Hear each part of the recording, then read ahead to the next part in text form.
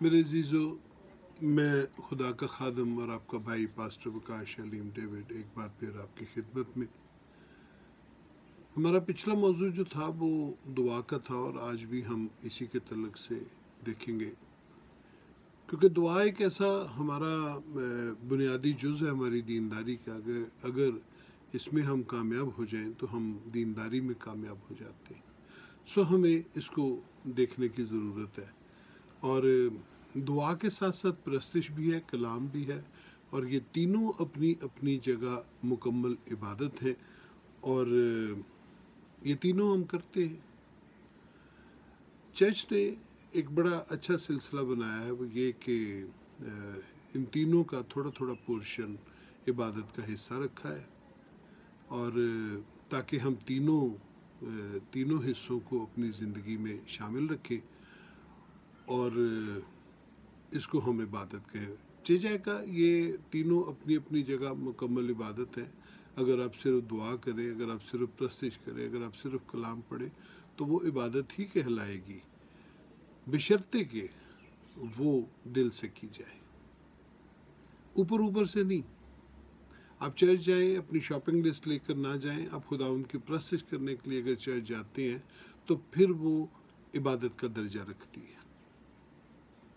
अच्छा, हमें बाइबल दो किस्म के पैटर्न देती है, दो किस्म के नमूने देती है। एक नमूना तो शरीयत की कुर्बानियाँ हैं, और जिनकी शराइत थी वो बेऐब हो, उसके साथ उसके तपावन हो, उसके साथ उसके दूसरे जो शराइत हैं वो भी हों।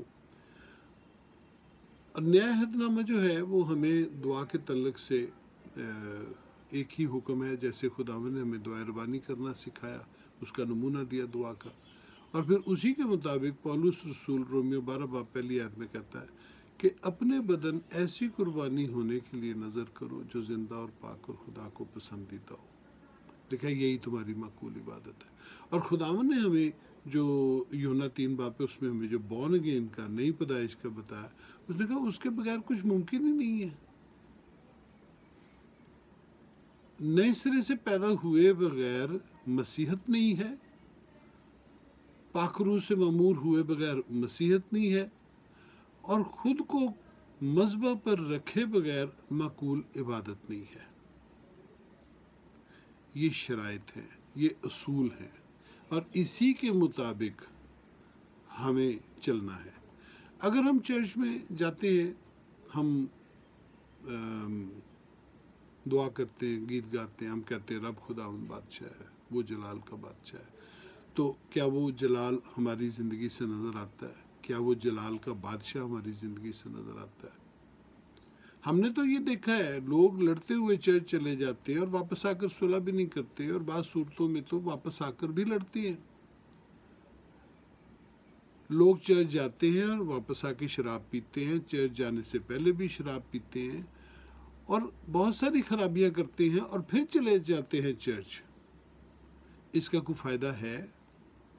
बनी इसराइल क्या कर रहे थे?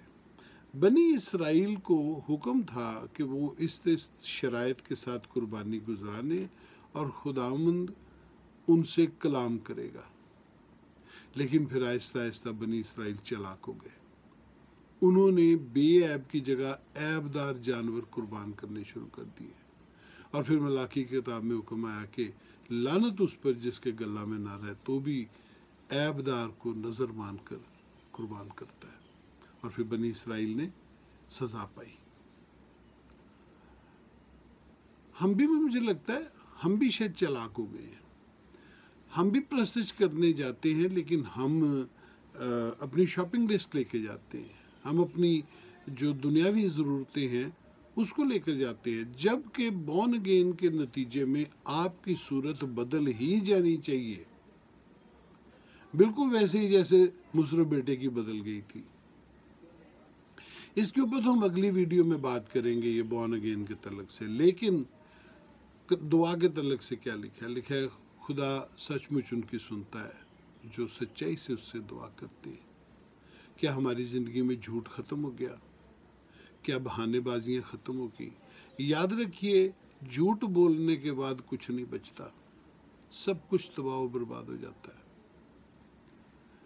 खुदावंद ने ये जो कुर्बानियाँ रखी थी, और फिर यहाँ पौलुस रसूल कहता है कि अपने बदन ऐसी कुर्बानी होने के लिए नज़र करो, वो इसलिए थी ताकि उनसे ताबेदारी की खुशबू आए। वरना गोश्त के और चर्बी और खून के जलने की खुशबू कभी भी खुशबू नहीं होती, वो बू होती है। लेकिन कलाम में लिखा है कि खुदा ने उसकी राहत अंगेज खुशबू ली। क्यों? क्योंकि वो ताबेदारी की स्मेल है। बिल्कुल वैसे ही जैसे इजहाक ने याकूब के लिबास की खुशबू पाई और उसने कहा, देखो मेरे बेटे की महक उस खेत की मानिद है जिसे खुदावन ने बरकत दी हो, जो अनाज से भरा हो, बंजर ना हो। हम अपनी बंजर जिंदगियों के साथ खुदावन के पास जाते हैं और बजाय इसके कि हम दिल से उसकी इबादत करें, हम चर्च में सो जाते हैं। हम हदिया देने के लिए टूटे पैसे ढूंढते हैं। हम सोचते हैं कि मुफ्त में ही काम हो जाए, हमें कुछ करना ही ना पड़े, जबकि ये मुमकिन ही नहीं है। हदिया का हुक्म है, अपने बदन कुर्बान करने का हुक्म है। आप जब जब खुदावंद की हुजूरी में दुआ करने बैठें, आपकी ज़िंदगी से एक बुराई, एक खामी, एक गुनाह निकलना ही चाहिए। यही आपकी माकूल इबादत है। अगर हम अपना नाराज़गी की हालत में चढ़ जाते हैं और नाराज़गी की हालत में वहाँ से निकल आते हैं, हम अपने दिलों को पाक नहीं करते, चाहे हम पाँव धोने की रसूम में भी शरीक होते रहे, तो हमें कोई फ़ायदा नहीं। खुदावन ने क्या कहा था? खुदावन ने कहा था, तुम मेरी इबादत करना और मैं तेरे रोटी और पानी पर बरकत दूंगा। हमें सिर्फ इबादत करने का हुक्म है, चीज़ें मांगने का हुक्म नहीं है। खुदावन ने कहा, पहले बादशाही तलाश करो तो ये चीज़ें तो तुम्हें मिल ही जाएंगी। और इंग्लिश में और यूनानी में बहुत खूबसूरत लिखा है कि तुम बादशाही तलाश करो तो these will be added to you. वो तो पहले से मौजूद हैं, वो आप ही के लिए रखी गई हैं, वो शामिल हो ही जानी है, वो आपको मिल ही जानी है, कोई दिक्कत ही नहीं है। लेकिन शर्त ये है कि तुम मेरी इबादत करना और मैं तेरे रोटी पानी पर बरकत दूंगा। हमारा काम है उसको प्रस्तिश करना, उसको मुबारक कहना, उसके साथ सच्चाई से अपने गुनाहों का इकरार करना। दाऊद बादशाह के ऊपर जब बदसबा की बात आई तो उसने कहा, मैंने खुदावंद का गुनाह किया।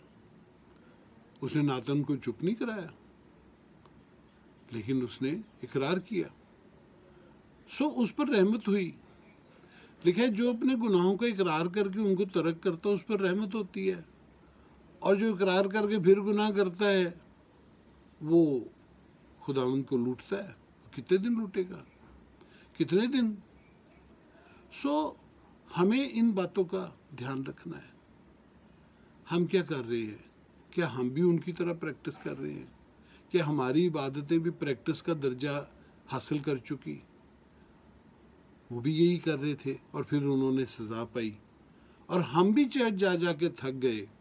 मैं बेशुमार लोगों को देखता हूँ, नाखुश से चर्च में जाते हैं, बीमार से चर्च में जाते हैं और वैसे ही बाहर निकल आते हैं। किसी के चेहरे पर बाहर निकलते हुए खुशी नहीं होती, किसी के चेहरे में इत्मीनान नहीं होता, किसी की ज़िंदगी में वो इत्मीनान और खुशी और तसल्ली कभी नहीं देखी जाती। वजह क्या है? क्योंकि हम माकूल इबादत नहीं कर रहे। सो मेरा आपसे इल्तमास है, माकूल इबादत कीजिए। ये टॉपिक बहुत बड़े हैं और मेरे पास यही 10-1 मिनट ही होते हैं, 12 मिनट। माकूल इबादत कीजिए। हम इसके ऊपर बात जारी रखेंगे, कभी कभी इसको ऐड करते रहेंगे। मेरी आपसे दरख्वास्त है कि आप ज़रूर इन वीडियोस को देखते रहें। माकूल इबादत कीजिए, वो इबादत कीजिए जो खुदावंद के हुजूर मकबूल हो, उसकी खुशबू खुदावंद को मिले और आपको बरकतें, आपकी नस्ल को बरकतें, आपके ख़ानदानों को बरकतें मिले। अबलीस लानती कभी आपकी ज़िंदगियों को, आपके ख़ानदान को, आपकी नस्ल को कभी छूने ना पाए। ताबेदारी कीजिए और वैसे ही कीजिए जैसे कलाम कहता है। जैसे लोग कहते हैं वैसे नहीं, जैसे कलाम कहता है, जैसे खुदावंद कहता है। और आप देखेंगे, आप घर में, घर से बाहर आप बायसे बरकत हो जाएंगे। तो अंदर आते भी मुबारक होगा और बाहर जाते भी मुबारक होगा। हर जगह आप मुबारक होंगे। क्यों? क्योंकि खुदावंद आपको बरकत बख्शेगा। अगर आपको ये वीडियो पसंद आए तो शेयर कीजिए, सब्सक्राइब कीजिए, बेल आइकॉन को क्लिक कीजिए। और नेक्स्ट वीडियो हम बनाएंगे, खुदावंद ने चाहा तो बॉर्न अगेन पे, ज़रूर देखिएगा। खुदावंद आपको बरकत बख्शे, जीते रहे।